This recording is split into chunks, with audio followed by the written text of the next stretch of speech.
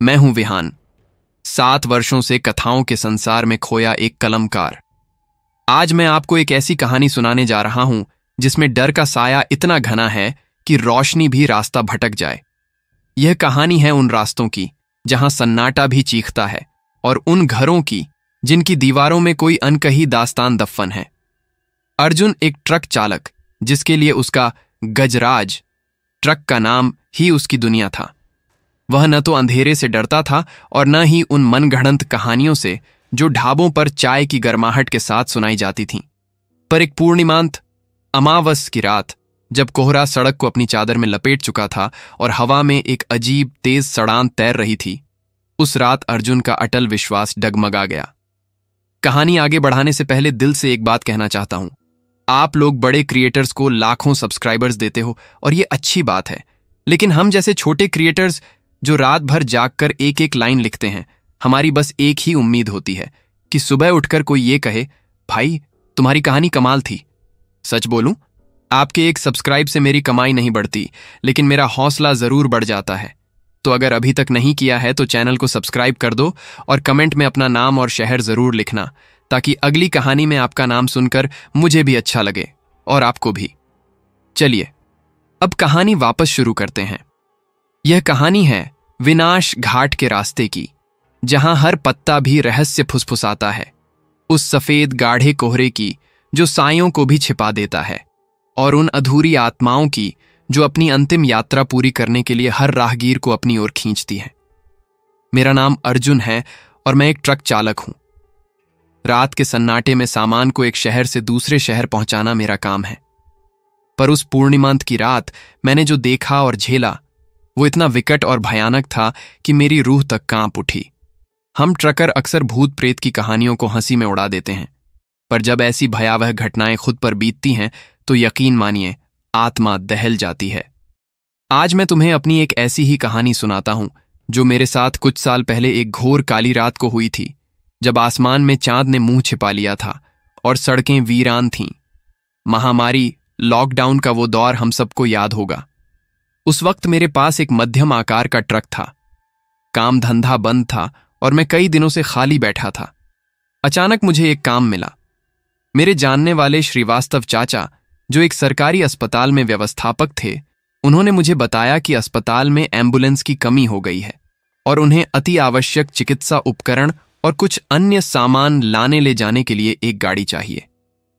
उन दिनों पैसों की तंगी सबको थी, मुझे भी। अस्पताल का काम था जिससे घर से बाहर निकलने का मौका भी मिल रहा था और सरकारी भुगतान भी अच्छा मिल रहा था। मैंने बिना किसी शर्त के काम के लिए हां कर दी। अगले ही दिन मैं ट्रक लेकर अस्पताल पहुंच गया। वहां मुझे एक अजीब सा सुरक्षा सूट, सफेद कोट जैसा, एक आईडी और कुछ सरकारी पास बनाकर दिए गए, ताकि रास्ते में कोई रुकावट ना हो। कुछ दिन तक मैं सामान्य दवाइयां, स्ट्रेचर और ऑक्सीजन टैंक ही ट्रांसपोर्ट करता रहा। सब ठीक चल रहा था। पर एक दोपहर मुझे अस्पताल से फोन आया और बताया गया कि कुछ अति संवेदनशील सामान को देवनगरी, नागपुर की जगह पहुंचाना है। यह सफर करीब 10-12 घंटे का था। मैं तुरंत अस्पताल पहुंचा। वहां जो दृश्य मैंने देखा, उसे देख मेरे होश उड़ गए।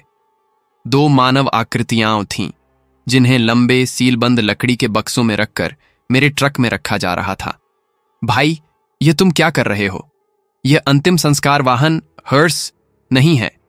मैंने वहां खड़े कर्मचारी, वार्ड बॉय की जगह से लगभग चिल्लाकर पूछा। उसने मेरी तरफ देखे बिना ही जवाब दिया, डॉक्टर आहूजा का आदेश है, मुझे बस वही करना है जो कहा गया है। क्रोध में मैं डॉक्टर आहूजा के पास गया और उन्हें अपनी आपत्ति बताई। डॉक्टर साहब ने मुझे समझाने की कोशिश की कि यह एक अतिगुप्त इमरजेंसी है और कोई एम्बुलेंस उपलब्ध नहीं है। मैंने साफ मना कर दिया, मैं शवों को इतनी दूर नहीं ले जाऊंगा, यह मेरे काम का हिस्सा नहीं है। इस पर डॉक्टर आहूजा ने मुझे चेतावनी दी कि अगर मैंने उनकी बात नहीं मानी तो मुझे पिछले काम का 1 रुपया भी नहीं मिलेगा। यह एक राष्ट्रीय आपदा के समय का सरकारी काम है अर्जुन, तुम्हें यह करना ही होगा। मैं गुस्सा तो था, पर बात जब पेट की आग और पिछले सारे मेहनताने पर आई तो मुझे झुकना पड़ा। मैं उन 2 बक्सों को ले जाने के लिए तैयार हो गया। उस दिन पूर्णिमांत काली अमावस की रात थी। मेरी मां हमेशा कहती थीं, इस रात घर से बाहर मत निकलना, ये सिर्फ अंधेरी रात नहीं होती। काली शक्तियां और भटकी हुई आत्माएं इस रात सबसे ज्यादा ताकतवर होती हैं। पर आज मेरी मजबूरी थी। मैंने सोचा, एक रात की तो बात है, क्या बिगड़ जाएगा। बहस और तैयारियों में काफी वक्त निकल गया। शाम के 7 बजे मैं अस्पताल से निकला। ट्रक के पीछे वह भयानक वजनी बोझ रखा था। शहर की भीड़ छूटते ही सड़कें कब्रिस्तान सी खाली होने लगीं। रात के 10 बज चुके थे और भूख लग रही थी। मां ने टिफिन में गरम रोटियां और आलू की सब्जी दी थी। मैंने सोचा कि कहीं रुककर खाना खा लेता हूं। काफी दूर एक छोटे से गांव के पास मुझे एक ढाबा दिखा, कालका ढाबा। ढाबे पर बस 2-3 लोग थे। मैंने ट्रक को किनारे लगाया और खाना खाने बैठ गया। हवा सर्द थी और आंखें भारी हो रही थीं। मैंने सोचा 1 घंटे की झपकी ले लेता हूं। खाना खाकर मैं वहीं ट्रक की सीट पर झुक गया और आंखें बंद कर लीं। एक ड्राइवर की नींद हमेशा अधूरी होती है। हल्की सी नींद लगी ही थी कि ट्रक के पीछे से कुछ चरमराहट की आवाज आई। मेरी आंख झट से खुली। मैंने पीछे के कांच से झांका। अंदर डिब्बे थे, उन पर हल्की सी रोशनी पड़ रही थी, पर कुछ भी असामान्य नहीं था। मैं फिर लेट गया, पर नींद आंखों से कोसों दूर थी। कुछ देर बाद मैं नीचे उतरा। ढाबा लगभग खाली हो चुका था। ढाबे वाला हरदेव अपना सामान समेट रहा था। भाई, 1 कप गरम चाय मिलेगी? मैंने पूछा। हरदेव ने मेरी तरफ बिना देखे कहा, नहीं साहब, सब खत्म हो गया। वैसे भी हम यहां रात को अकेले नहीं रुकते, आज पूर्णिमांत भी है। मैं मुड़ा ही था कि उसने एक सवाल किया, क्या आप अभी विनाश घाट पार करने वाले हैं? मैंने हां में सिर हिलाया और कहा, कुछ सरकारी सामान है, सुबह तक पहुंचना जरूरी है, पैसे का सवाल है। हरदेव ने कुछ सोचकर कहा, कोहरा झड़ जैसा बढ़ रहा है, संभल कर जाना, और हां, अगर कोई मदद मांगे तो रुकना मत। उसकी बातों में एक गहरी आशंका थी, जैसे वह आगे कुछ बोलने से डर रहा हो। मैंने ज्यादा ध्यान नहीं दिया, मजबूरी थी। मैंने ट्रक स्टार्ट किया और आगे बढ़ गया। करीब 10 किलोमीटर बाद विनाश घाट की चढ़ाई शुरू हुई। घना अशुभ अंधेरा था। सड़क एकदम टेढ़ी मेढ़ी और भयानक। न आगे कोई गाड़ी, न पीछे। हवा ठंडी थी और एक सड़ी गली, अनजानी बदबू उसमें घुली थी। मैंने खिड़कियां बंद कर लीं। अचानक मुझे लगा जैसे कोई मेरे कान के पास सांस ले रहा हो। मैंने रेडियो ऑन किया, पर उसमें सिर्फ खरखराहट की आवाज थी। आगे घाट के रास्ते पर एक भयभीत कर देने वाला मोड़ आया। कोहरा इतना घना था कि हेडलाइट की रोशनी भी उसमें डूब रही थी। हर तरफ गहरा सन्नाटा, केवल हवा की सनसनाहट और ट्रक के इंजन की गड़गड़ाहट। अचानक ट्रक की स्पीड गिरने लगी। मैंने एक्सीलरेटर दबाया, मगर ट्रक झटके खाकर रुक गया। मैंने सोचा, जरूर इंजन में कोई मामूली सी खराबी हुई होगी।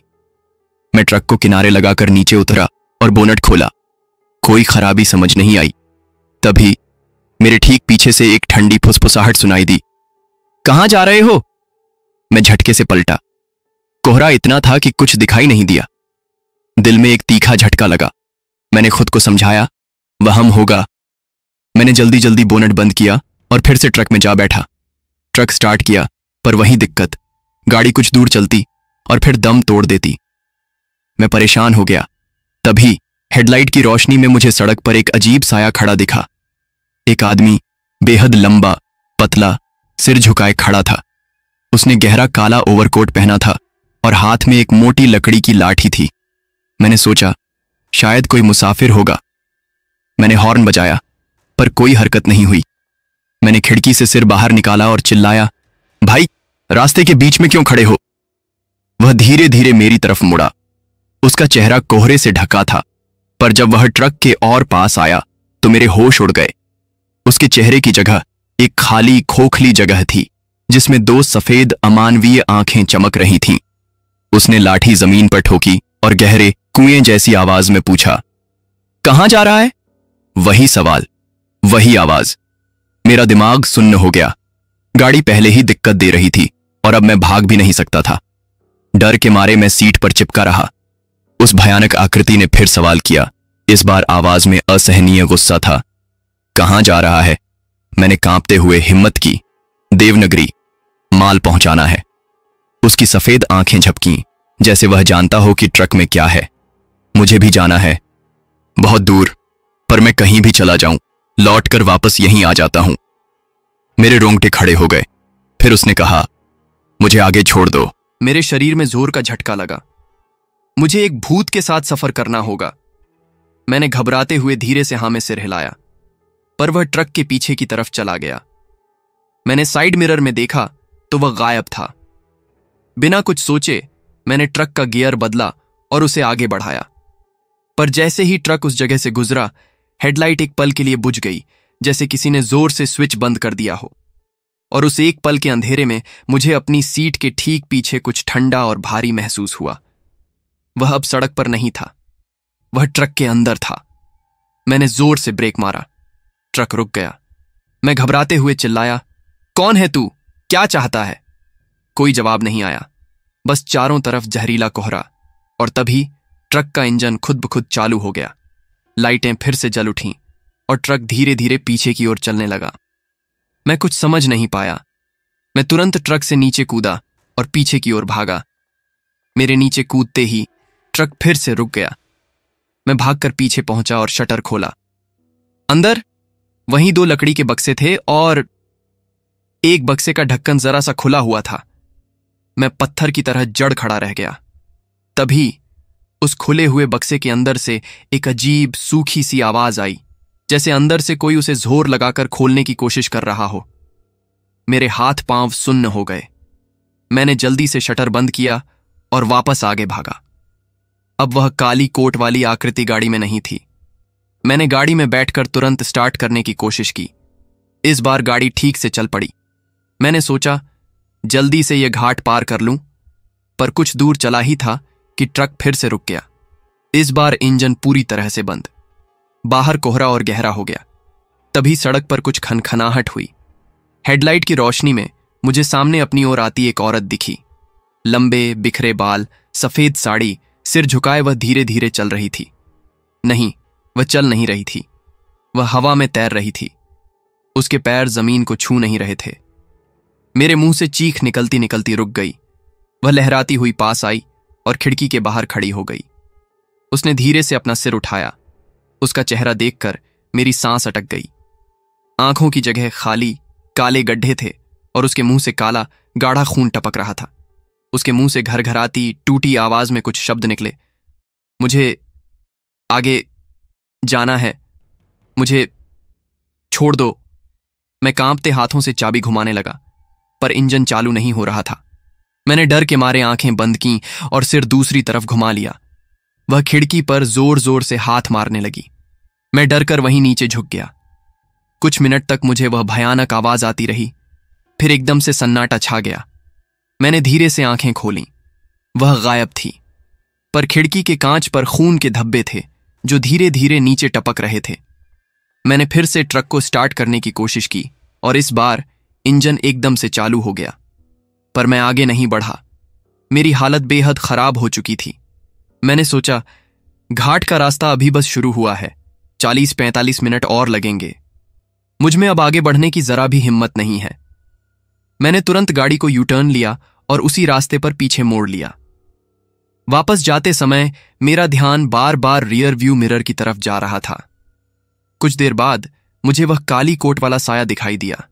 वह वहीं रास्ते पर खड़ा था।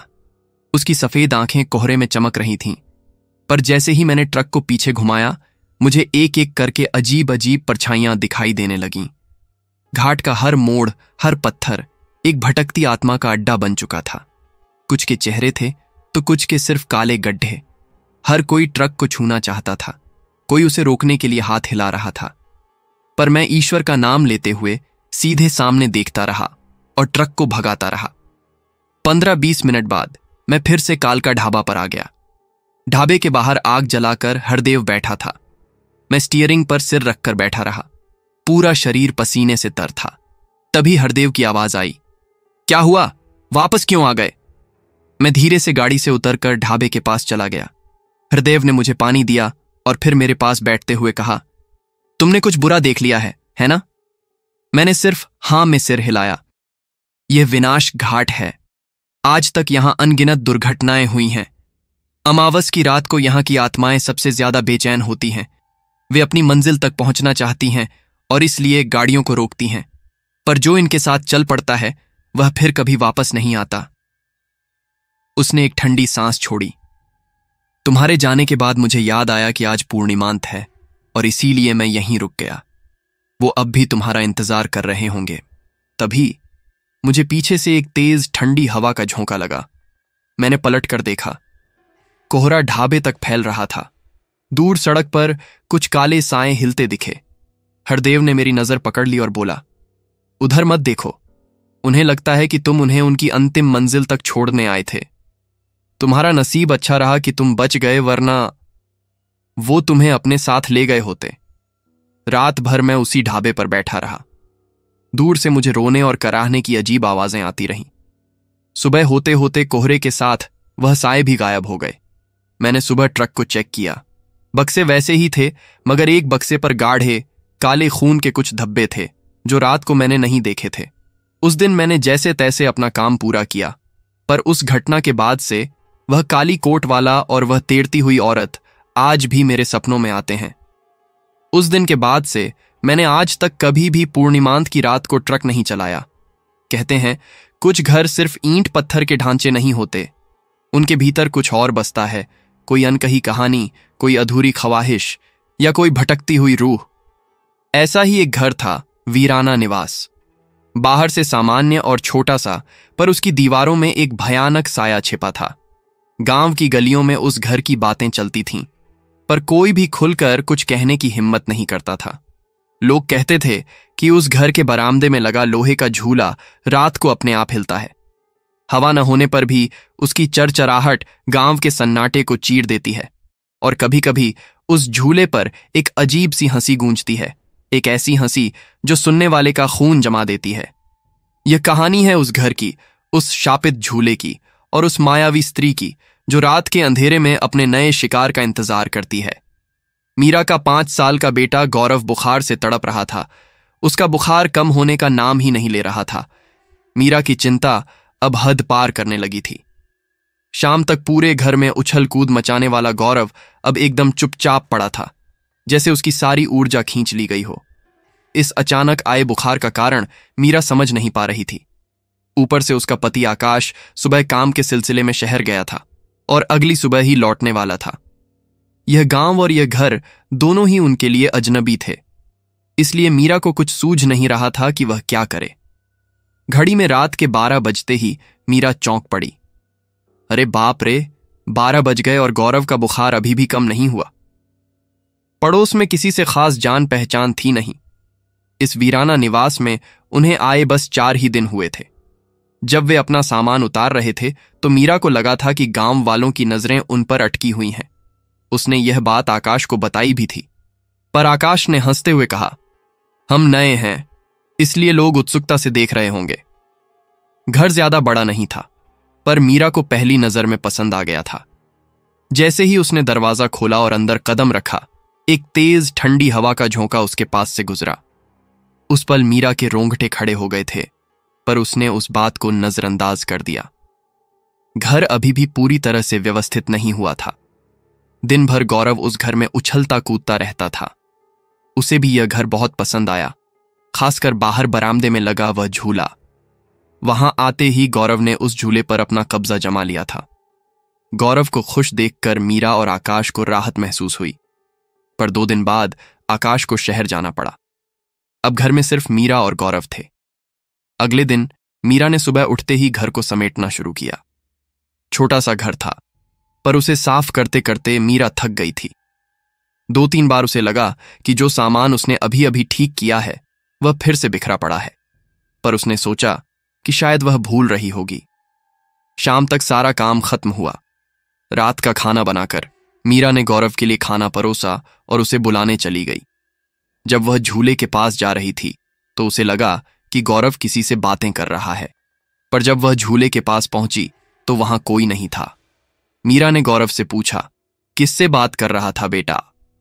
पर गौरव ने उसकी बात को अनसुना कर दिया। मीरा ने सोचा, खेल खेल में खुद से ही बड़बड़ा रहा होगा। वह उसे उठाकर खाने के लिए ले गई। जब वे अंदर पहुंचे तो मीरा ने देखा कि थाली में रखा खाना पहले से ही कोई खा चुका था। उसे समझ नहीं आया कि यह क्या माजरा था। क्या मैं सच में चीजों को भूल रही हूं? उसने थाली साफ की और गौरव को खाना खिलाने लगी, पर गौरव ने खाने से साफ इनकार कर दिया। उसने कहा, मैंने तो अभी अभी खा लिया मां, उस दीदी ने खिलाया। मीरा का माथा ठनका। यह कैसे मुमकिन है? गौरव को तो हर काम के लिए मेरी मदद चाहिए होती है। कौन दीदी? मीरा बेहद थक गई थी, इसलिए उसने सोचा कि शायद थकान के कारण वह भ्रमित हो रही है। वह खाना खाकर गौरव को कमरे में ले गई। गौरव को सुलाकर मीरा खुद भी लेट गई, पर उसे नींद नहीं आ रही थी। दिन भर की अजीब घटनाओं ने उसकी नींद उड़ा दी थी। आखिरकार तंग आकर वह उठकर बैठ गई। गौरव गहरी नींद में था। मीरा ने प्यार से उसके माथे पर हाथ फेरा। अचानक उसके हाथ को झटका लगा। गौरव का शरीर आग की तरह तप रहा था। मीरा ने ठंडे पानी की पट्टियां गौरव के माथे पर रखीं। रात के 2-3 बजे होंगे जब मीरा की आंखें भारी हो गईं। उसने गौरव के सिर के पास अपना सिर रखकर आंखें बंद कर लीं। कितना वक्त बीता पता नहीं। मीरा ने आंखें हल्के से खोलने की कोशिश की, पर वे खुल नहीं रही थीं। अधखुली आंखों से उसने सामने देखने की कोशिश की। उसे एक धुंधली सी परछाई दिखी। कोई चेहरा उसकी आंखों के सामने लहरा रहा था। मीरा ने आंखों पर जोर डाला। धीरे धीरे वह चेहरा साफ हुआ। एक महिला की आकृति, लंबी साड़ी में, माथे पर बड़ा सा गोल टीका और उसके दांत बाहर निकले हुए थे। वह अपनी बड़ी बड़ी स्थिर आंखों से मीरा को घूर रही थी। उसे सामने देख मीरा के शरीर में एक भयावह लहर दौड़ गई। यह कौन है और मेरे घर में क्या कर रही है? तभी उसकी नजर उस औरत के हाथ पर गई। एक छोटा बच्चा उसका हाथ पकड़े उसके साथ खड़ा था। मीरा अब चौकन्नी हो गई। उसने फिर से देखा, वह बच्चा और कोई नहीं, उसका बेटा गौरव था। गौरव को देखते ही मीरा ने सारी ताकत लगाकर उठने की कोशिश की, पर उसे लगा जैसे कोई अदृश्य बंधन उसे जकड़े हुए हैं। फिर भी उसने हिम्मत नहीं हारी। उसने हाथ आगे बढ़ाया और गौरव को पकड़ने की कोशिश की। तभी वह औरत अपने दांत चटकाती हुई गौरव को लेकर पीछे हटने लगी। मीरा ने और जोर लगाया, पर उसका हाथ हवा में ही रह गया। फिर अचानक वह औरत और गौरव उसकी आंखों के सामने से गायब हो गए। मीरा के मुंह से जोर की चीख निकली। उसका शरीर पसीने से तर हो गया था। आंखें फाड़कर उसने सामने देखा, पर वहां कोई नहीं था। क्या मैं सपना देख रही थी? मीरा ने गौरव का बुखार चेक करने के लिए उसकी तरफ मुड़कर देखा, और वहां देख उसके होश उड़ गए। गौरव बिस्तर पर नहीं था। इतने तेज बुखार में वह कहां जा सकता है? मीरा के पैर कांपने लगे। क्या जो मैंने देखा वह सपना नहीं था? उसने गौरव को आवाज दी, पर कोई जवाब नहीं आया। उसने दरवाजा खोलने का सोचा, और जैसे ही उसने कुंडी हटाई, बाहर से एक डरावनी चंचल हंसी की आवाज आई। मीरा ने जल्दी से दरवाजा खोला। बरामदे के झूले पर वही औरत गौरव को गोद में लिए बैठी थी। उसके चेहरे पर एक पागलपन भरी डरावनी हंसी थी, जैसे वह इसी पल का इंतजार कर रही हो। उसकी आंखें लाल थीं और हंसते वक्त उसके मुंह से एक अजीब सी घरघराहट की आवाज निकल रही थी। रात की वो खौफनाक खामोशी और उसकी हंसी ने माहौल को और ज्यादा भयानक बना दिया। मीरा हवा की रफ्तार से झूले के पास गई। सारी हिम्मत जुटाकर उसने गौरव को उठाने की कोशिश की। तभी उस औरत ने मीरा को जोर का धक्का दिया। मीरा दीवार से जा टकराई। उसका सिर चकराने लगा। फिर भी उसने हिम्मत नहीं हारी। वह दोबारा उठी। इस बार वह जोर जोर से हनुमान चालीसा पढ़ने लगी। जैसे ही उसने मंत्र शुरू किए, उस औरत की हंसी धीमी पड़ने लगी। उस औरत ने अपने कानों पर हाथ रख दिए और उसकी आंखों से काला पानी, रक्त बहने लगा। मीरा ने फुर्ती दिखाई। उसने गौरव को झटके से उठाया और घर से बाहर भागी। उसने पड़ोस के घर जाकर उनका दरवाजा जोर से खटखटाया। वहां वंदना काकी ने दरवाजा खोला। मीरा की हालत देखकर वह समझ गईं कि कुछ गड़बड़ है। उन्होंने मीरा को शांत किया और गौरव के माथे पर मंदिर की भभूत लगाई। वंदना काकी ने मीरा को घूर कर देखा, फिर उसके पास बैठते हुए कहा, तुम्हारा नसीब अच्छा था जो तुम दोनों बच गए। मीरा ने चौंक कर उनकी तरफ देखा। मुझे सब पता है। जिस दिन तुम यहां आए थे उसी दिन मैं बताना चाहती थी, पर उस औरत के डर से कोई उस घर के पास जाने की हिम्मत नहीं करता। जिसे तुमने आज देखा वह विमला थी। कौन विमला? मीरा ने कांपते स्वर में पूछा। ठाकुर साहब की बहू, शादी के 10 साल बाद भी उसे बच्चा नहीं हुआ था। ससुराल वालों ने उसे इतना ताना मारा कि वह पागल हो गई। वह दिन भर झूले पर बैठी रहती थी। उसे घर से बाहर निकलने नहीं देते थे, पर जब वह चुपके से निकलती तो वह किसी का भी बच्चा उठा लेती थी। गांव वालों ने एक दिन उसे इतना पीटा कि उसकी दर्दनाक मौत हो गई, और उस दिन के बाद से वह उस घर में रात को दिखाई देती है। ठाकुर का परिवार उस घर को छोड़कर मुंबई चला गया। तब से ये घर एजेंट किराए पर देता है, पर वह किसी को सच नहीं बताता। तुम यहां दूसरे किराएदार हो। इससे पहले विमला एक की जान ले चुकी है। मीरा उस काकी को देखती रही और घबराहट में उसने गौरव को सीने से लगा लिया। सुबह जब आकाश आया तो मीरा ने सारी बात बताई।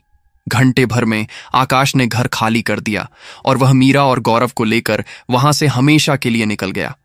पर विमला आज भी उस झूले पर बैठी है, अपने अगले शिकार का इंतजार कर रही है।